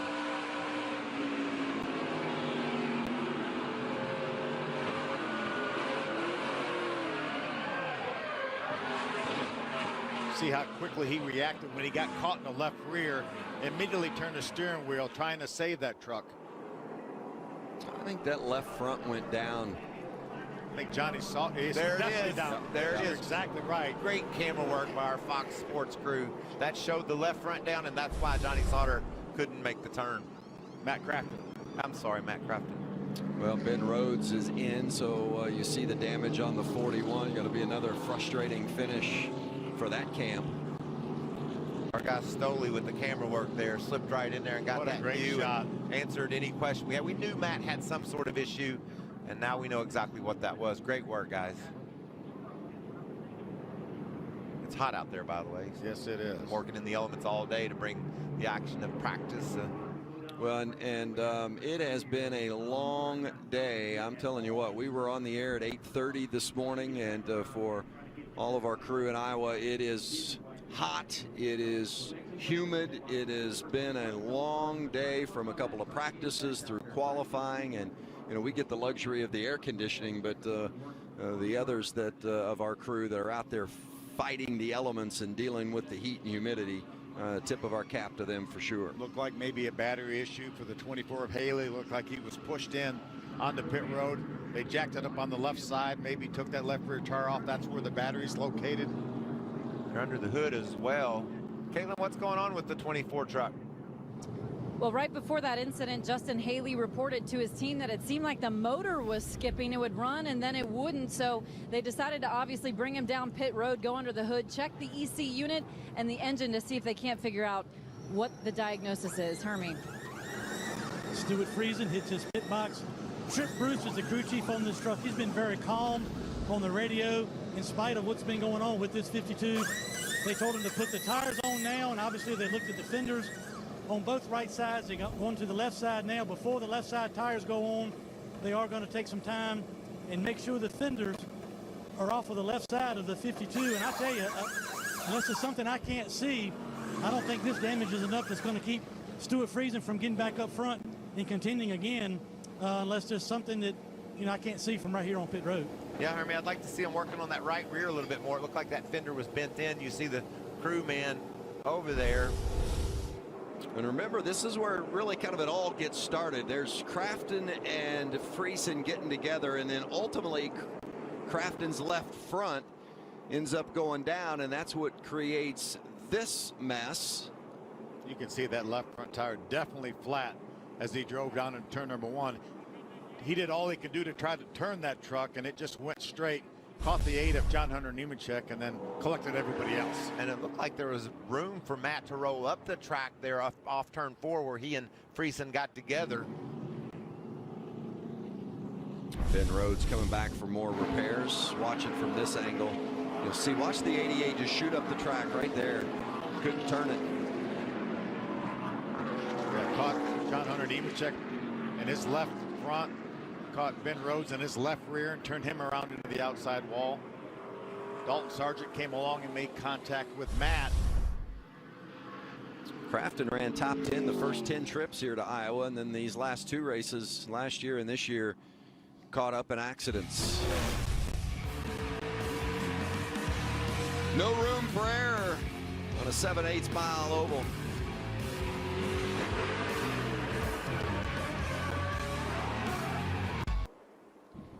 As the NHRA Mellow Yellow Drag Racing Series reaches the halfway point of what's been another wild and unpredictable season, one thing is clear. Courtney Force has been the class of the field in funny car on the strength of 4 wins, and all 4 coming from the #1 qualifying spot. Coming up next, day 2 qualifying action from the Thunder Valley Nationals in Bristol, Tennessee. What a weekend on Fox Sports. Man. Just keeps getting better, doesn't it? Sure does. And this race has just kept getting better and better. Action everywhere, all over the track, and it's going to come right down to it. Harrison Burton was our pole winner and has led 31 laps. And Dad Jeff Burton, probably a little nervous, got the stomach churning a little bit somewhere, right? This is, can he do it? Can he do it? He's in a great spot. I like restarting on that outside. And I also like restarting behind Brett Moffitt. Phil, I've liked the way the 16 trucks look all race long, and Moffitt's in a position to maybe drive away and get a win here at his home track. How fun would that be for him? Won't be his first win here, too. Big K&N combo race between the East and West. He won. And great stories up there at the front with Moffitt and David Gilliland on the front row, Harrison Burton on the outside of row 2. Back green again at Iowa, and 56 laps left in this one. How about the job Christian Eckes has done with his first ever start? You see him right there in that 46 truck, running in the 4th spot, racing his teammate Harrison Burton. Got involved in a bit of a crash earlier and changed tires, was off on his strategy, but now they've rebounded, find themselves fighting inside the top 5. Yeah, very nice job from Eckes, just 17 years old. Won the Snowball Derby a couple of years ago and kind of burst onto the national scene, and he has just continued to climb the ladder, and he's a young one, but he is a driver we're going to hear a lot about in the future. He'll run 4 times for Kyle Busch Motorsports in the truck this season. Currently sits 5th. Oh, got a slide up top. You saw him barely hang on to the trucks. There's a lot of slipping and sliding around on this track. So much action. Oh, by the way, that white and blue number 21, that's Johnny Sauter. Won half the races so far this year. Moving in on Harrison Burton and Christian Eckes. Going for 3 in a row tonight is Sauter. Hasn't been done by a Truck Series regular since 2009. That was Ron Hornaday. And Sauter's not done yet. You better believe that. Matt Crafton treated and released from the care center. He's with Caitlin. Yeah, but a disappointing finish for Matt Crafton after so many positives of the day. We saw you have that front tire go down. What happened from your perspective? Just racing around a bunch of people that were just weapons at the end of the day. Cut a left front, the 52. I mean, I was trying to get my teammate room. That wasn't the 52's fault. He just moved up. We were racing 3 wide and just blew a left front. The way that year's been.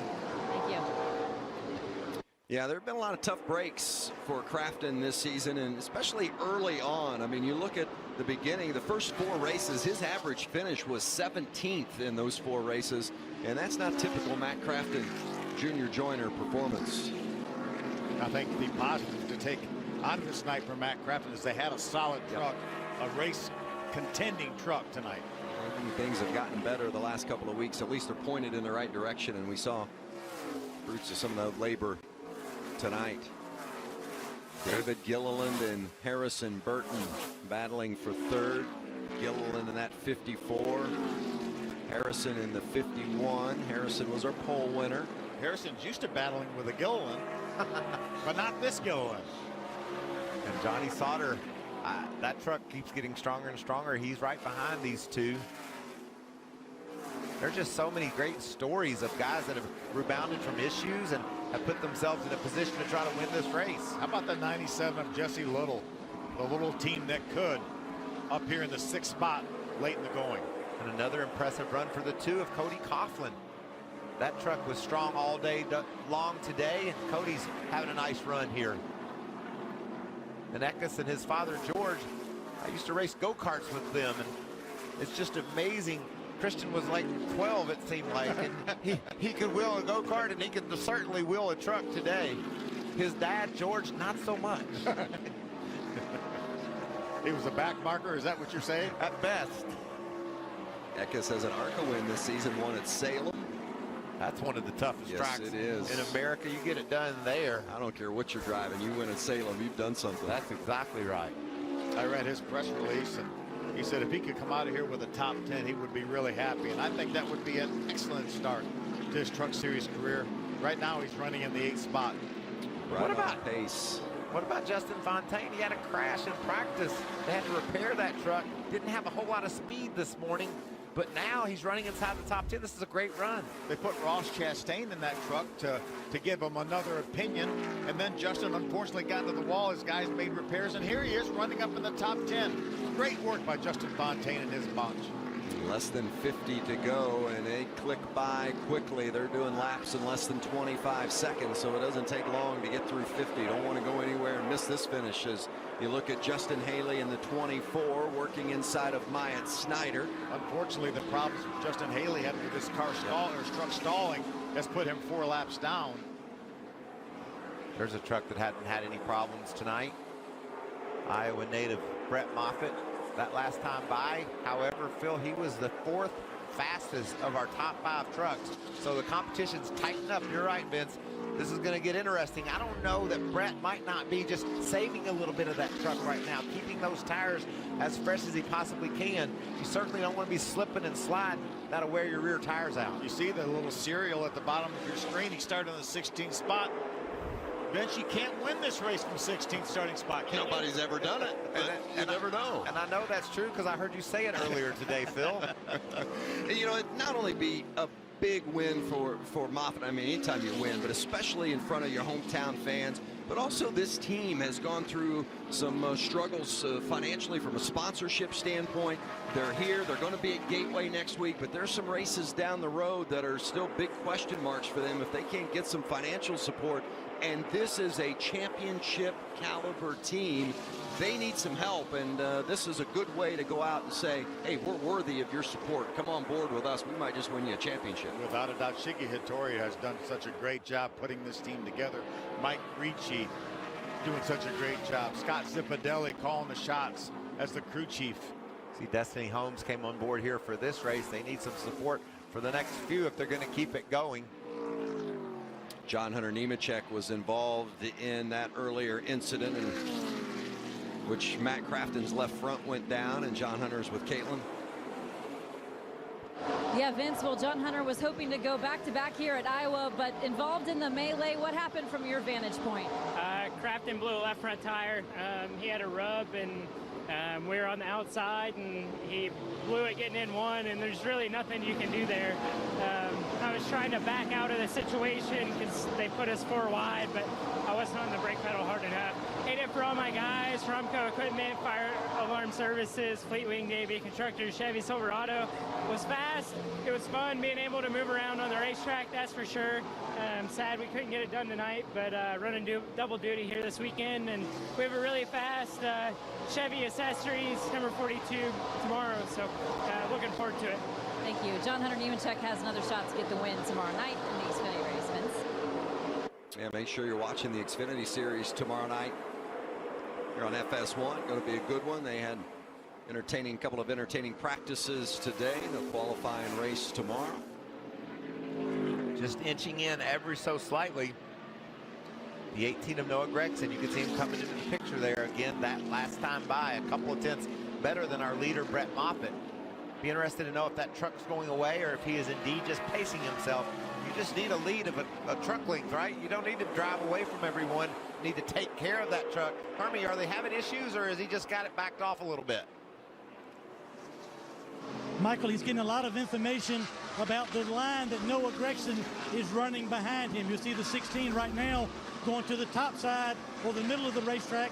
Sometimes he's at the bottom. They have told him that the 18 is pretty much moving up the racetrack on both ends, and they think he's gaining. So I expect to see the 16, as we are seeing, move to the top of the racetrack as well, not only to try to maintain some speed, but maybe also to take some air off the front end of that 18. We'll see how it shakes down. 35 to go. Well, you remember that line that nearly won the race here a year ago, Phil. I'm talking right out next to the outside wall, so there is more grip up there if you want to go hunt for it. Yeah, another truck width at least up there above that last seam on the top of the racetrack. There was grip last year for sure. Remember, this race started an hour and a half earlier than that one did last year. You know, but that's how you win races. You have great communication from the crew chief to the spotter, and then informing the driver what's going on behind him so he can make those adjustments to his driving style and his line that he's using. He saw that truck getting bigger in his rearview mirror. He found out why it was, and he's addressing that. Bump that lead up to about 0.8 of a second now. It's kind of vaults back between 0.6 and 0.8. The last 2 laps now, he has been faster than Noah Gregson in the 18 truck, so there's definitely some speed as he moved up the racetrack into the lane that Noah Gregson's running. But we saw earlier, Todd Gilliland, he jumped the cushion, got loose up there running that high groove. So there's a bit of a risk reward associated with running on the high side. And I think you have to work your way up there too, Michael. You can't just jump up in that top lane. You have to move that rubber up there, clean off that area as you move it up. And look behind Gregson. David Gilliland said, I'm not done yet. This driver is really on it tonight, and he's closed in on Gregson. Harrison Burton behind Gilliland in 4th. As far as Gregson's concerned, he had a good year here last year. He won the pole, led 16 laps, ended up 6th. But they had a lot of confidence coming into this race here tonight, as you would expect from Kyle Busch Motorsports. I mean, as an organization, they had already recorded 3 wins here. Eric Jones won a couple. William Byron won here in 2016. You know, that 54 of David Gilliland, 12 years ago tomorrow, he won the Xfinity race at Kentucky, and that put him on the map. It led to a cup ride with Robert Yates Racing, a long career up at the top level of NASCAR. And 12 years ago tomorrow, that happened. And that was a huge upset, just like this would be tonight if this 54 truck could win. Of stunning proportions, I would say. David Gilliland, the co-owner of that team that runs the 54 along with Bo Lamastus, and they also run cars, late models, K&N, ARCA. I mean, they've got the entire ladder covered and provide some good trucks, and David Gilliland has given it a good ride tonight, that's for sure. But right now he's chasing those 2 young men, and the 18 of Noah Gragson and the 16 of Brett Moffitt. Moffitt's really slipped the last couple of laps. You can see that deficit's now down to just a couple of truck lengths. I don't know where he gave up the speed at, because we saw him gain on Gregson there for a few laps, and now he's losing it all. Less than 30 to go. Moffitt trying to win for the 2nd time this season, trying to do it in front of the hometown fans.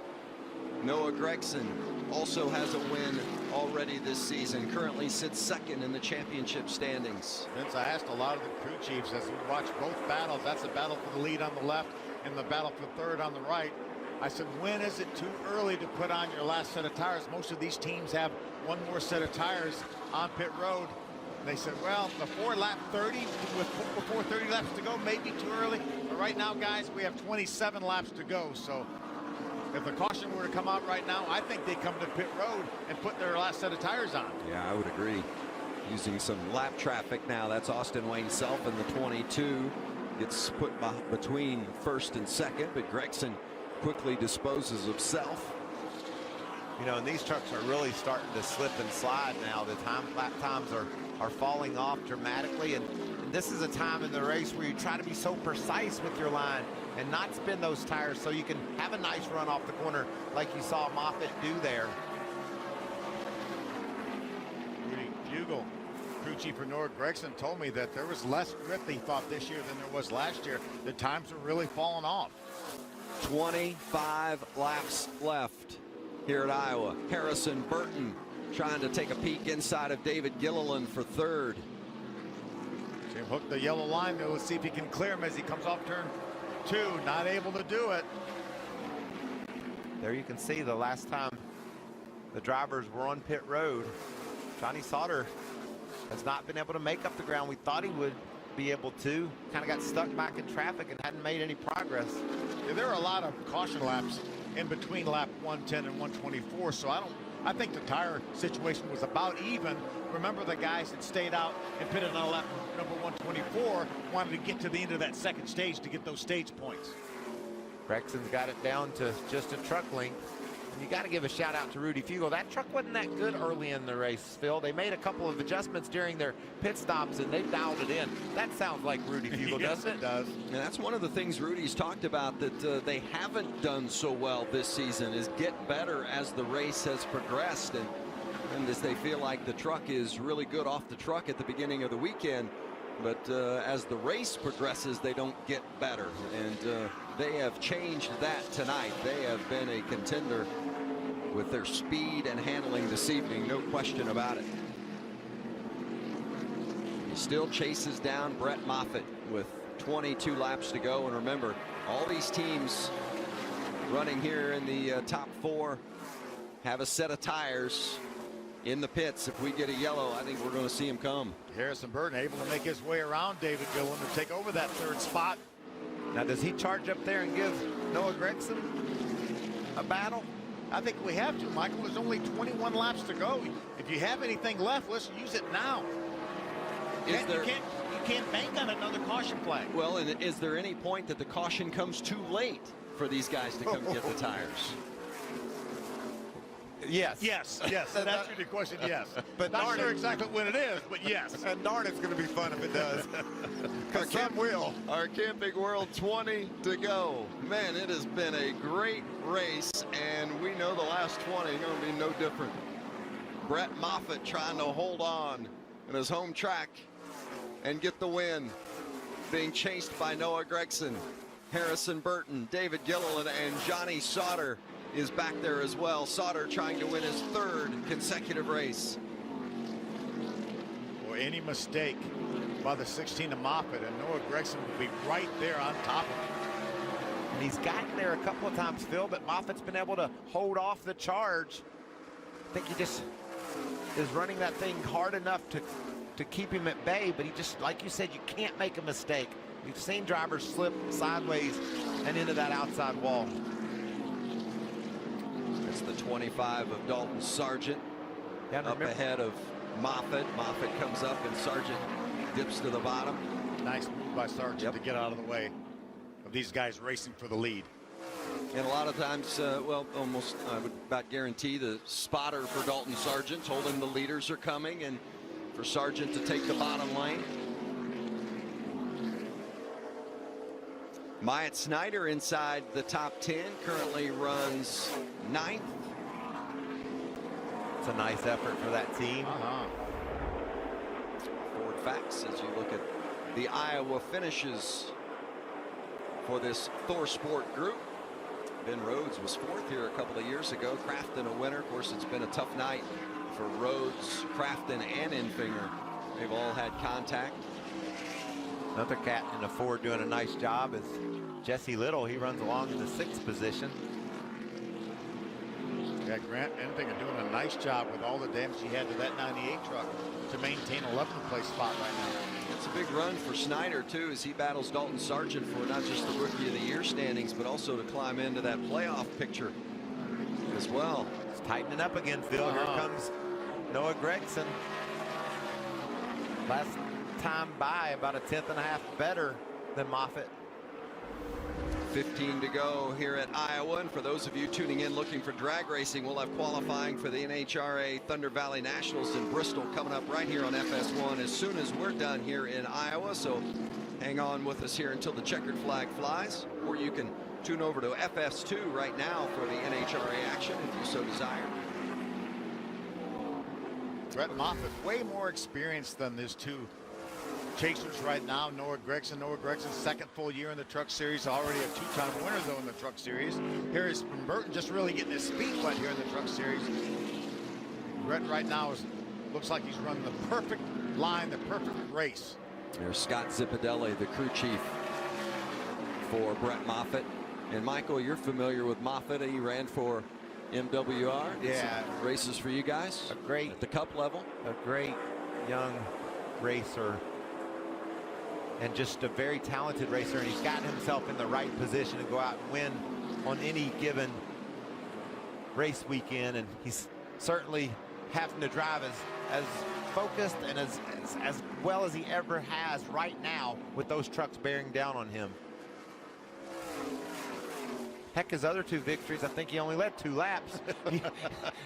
So this is new territory for him. He's out front and having to try to hold off the winner, or the leader, excuse me, 2nd place, and win the race. What do you mean I have to hold him off for 75, 80 laps? I don't know how to do that, I don't think. Of course, Moffitt had that thrilling outside pass to win at Michigan, and then the equally thrilling victory at Atlanta earlier this season. On the inside. Yep.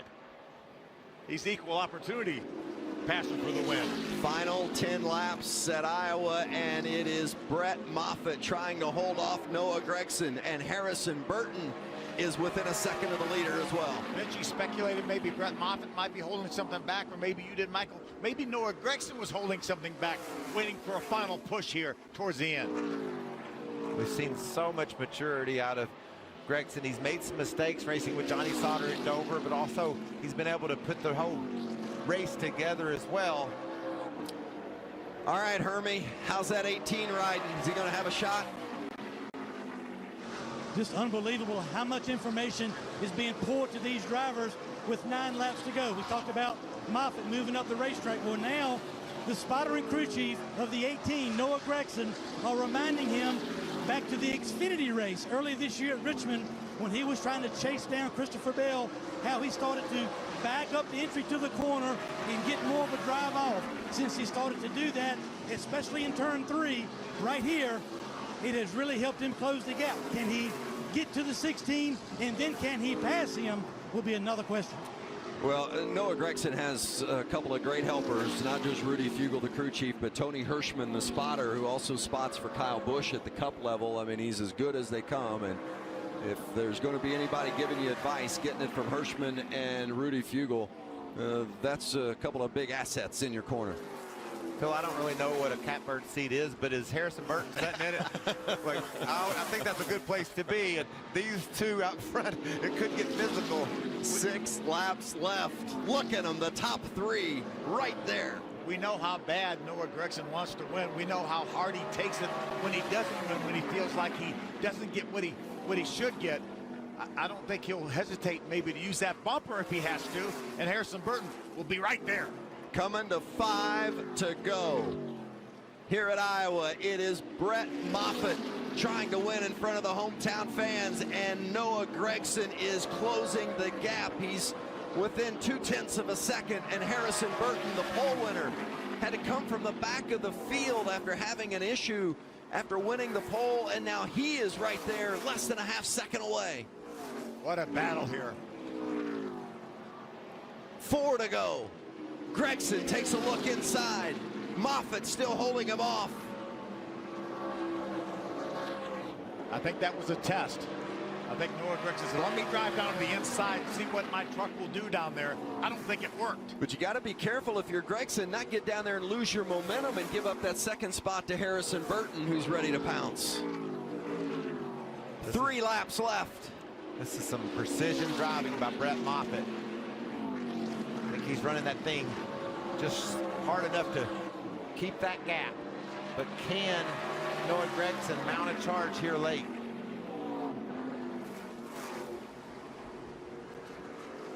Coming to the line, there are 2 laps remaining. Moffitt, Gragson, and Burton all within a half second of one another for the win.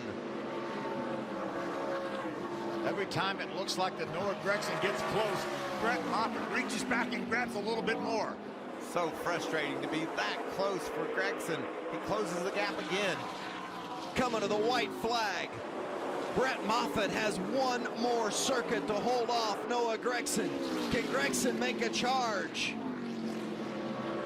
Moffitt gapping him a little bit more.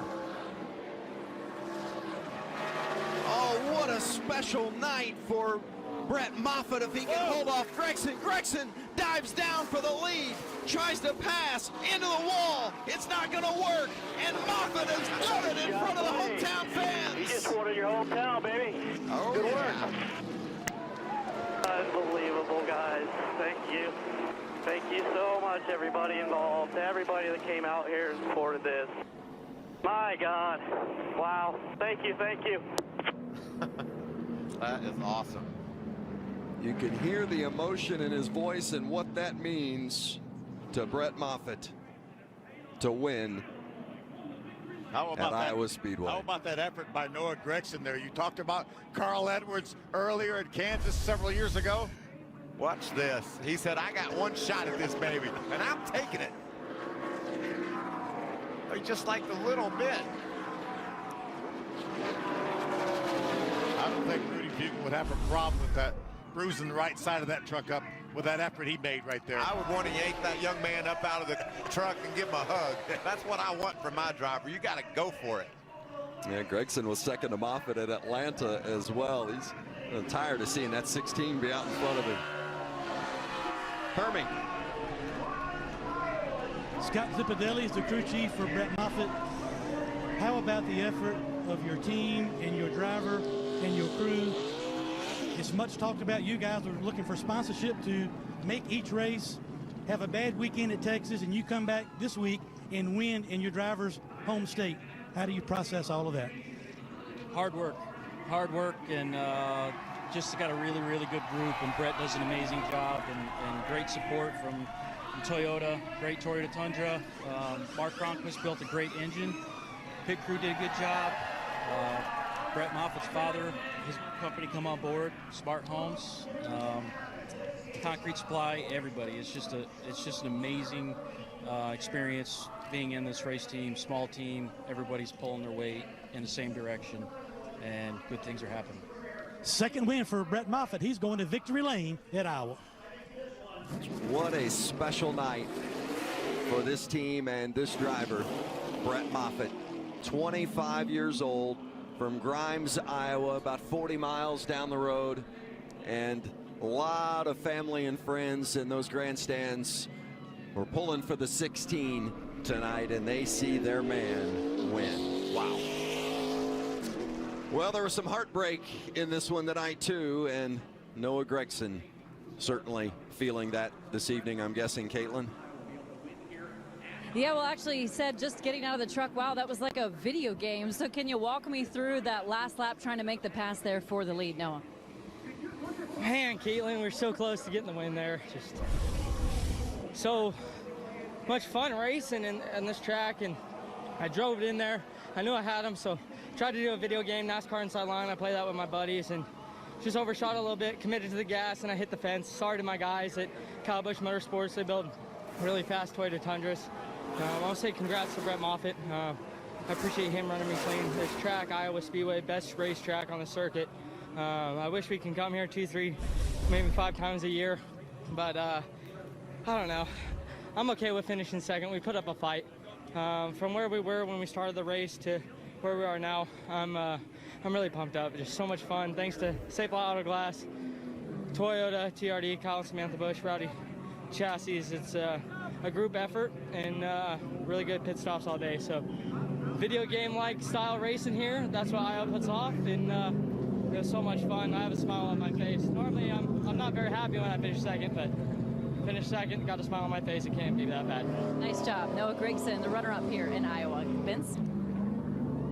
Good to see him smiling. Oh, that guy's got a big smile inside that helmet too. Brett Moffitt, 3rd career win. Hey, next week, it's a tough act to follow, but if it could be done, it can be done at Gateway. Some more short track racing. Going to be some fun underneath the arch in St. Louis. Now that racetrack's a mile and a quarter, and it may be more like a short track than this one was. Certainly going to be some great racing, banging side by side. John Hunter Nemechek won that one a year ago, and will be there next Saturday right here on FS1. Well, it was a great win tonight for Brett Moffitt. It's his second one of the year, and remember, his first came at Atlanta. Kyle Busch, remember, he lost that left rear tire, and then Moffitt on the restart went from the second row to the front, made that great pass, and took the checkered flag.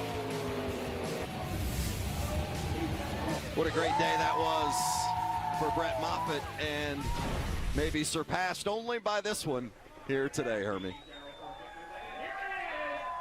Vince, this is a happy victory lane, I can tell you that. Driver, crew, fans, everybody here, unbelievable win. To win this race, you had to drive just about a perfect last 50 laps. Given what this team is going through, getting to the racetrack, and being we're in your home state, What does this one mean to you? This is everything, being in my home state and on Father's Day weekend. My dad's done everything for me in my career and been my rock in my whole life. And to be here in Victory Lane with the Destiny Home Smart Series Toyota, everything Ison's done for us all year. Good race. Yeah, that was awesome. So much fun. Thank you.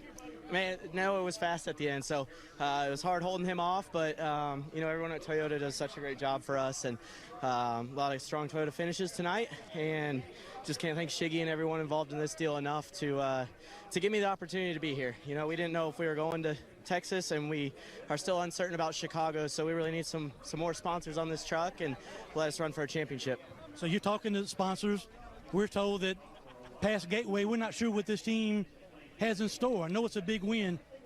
If you want to talk to a sponsor or somebody that may be watching, what is it that this team can offer? Why should they come on board with you? Man, this is just such a great group of guys. Everyone's so passionate, and we work really hard. You know, we're not the biggest team, but we proved tonight we're the best, and I think we can have some more wins this season and go to Victory Lane a few more times. So, and more importantly, compete for a championship, and that's what we need to do. 2 wins on the season for Brett Moffitt. Caitlin? Hermie, it was also a career best for Harrison Burton. Battle back from those throttle issues. How would you assess your day, Harrison? Could have been better, obviously. We had a great race truck, and I made a mistake and didn't know how to reset the car once it was turned off, and the computer and the Ilmor. I haven't raced much with this Ilmor motor, so trying to get used to it, trying to learn as much as I can. I just made a mistake, and had a lot of fun racing out here, and it was cool to run up on the top and on the bottom, and what a race for the fans. It was awesome to Noah just send it off in there. That reminded me of Carl Edwards back in the day, a long time ago, so that was cool. I was hoping they were going to get into each other and I was going to scoot by, but it just wasn't our day, and I'll move on and get better and win the next one. Nice job, Harrison Burton, top 5 here. We'll see him again at Bristol in a couple weeks. Vince? Yeah, indeed, a terrific effort from Harrison. Won the pole today, led laps, and finished 3rd tonight. How about great, best career finish for Jesse Little in 6th.